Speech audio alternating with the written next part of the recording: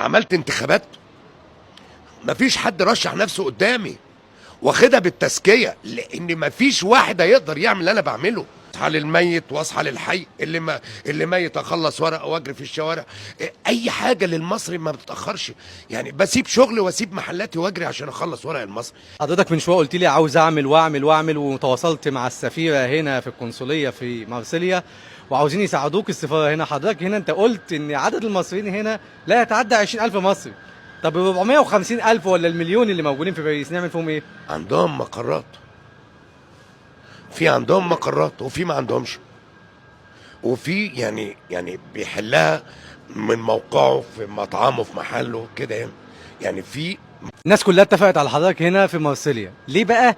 إن يعني اغلب الناس مش متفقه، كل واحد عامل جمعيه فيها 5 6، رئيس الجاليه رئيس اتحاد رئيس جمعيه، فالناس هناك مش عاوزه تتكاتف ليه زي هنا؟ قول لي السبب برضه. هو هناك انا مش قادر يعني اجزم ليه، لان هم كل واحد عنده اطماعه. وهو لو كان في عملوا الجمعيات اللي موجوده كلها، الجمعيات اللي موجوده دي اتفقوا مع بعض، تعالوا نعمل جمعيه واحده وراح تحت رئيس واحد، وفي الوقت ده يعملوا انتخابات، اللي هو بيقدم خدمات هو اللي هينجح. يعني لو واحد واثق من نفسه ان هو يترشح 50 جمعية ودخل في وسط عملوا جمعية واحدة وهو واثق من نفسه، ما يهموش لانه بيخدم. يعني انا عملت انتخابات، مفيش حد رشح نفسه قدامي واخدها بالتزكية، لان مفيش واحد هيقدر يعمل اللي انا بعمله، وهو الجالية كلها عارفة هذا الكلام.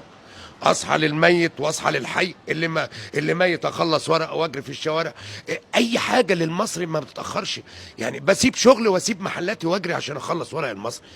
مش عايزك يعني مقارنه بباريس في حرج شويه وهتبقى شهادتي مجروحه. ما اقدرش اتكلم عن باريس قوي، انما هم اصدقاء كلهم واصحاب طبعا، خد بالك.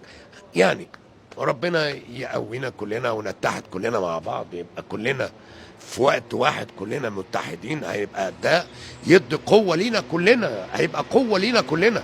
يعني أي اتحادات بتدي قوة.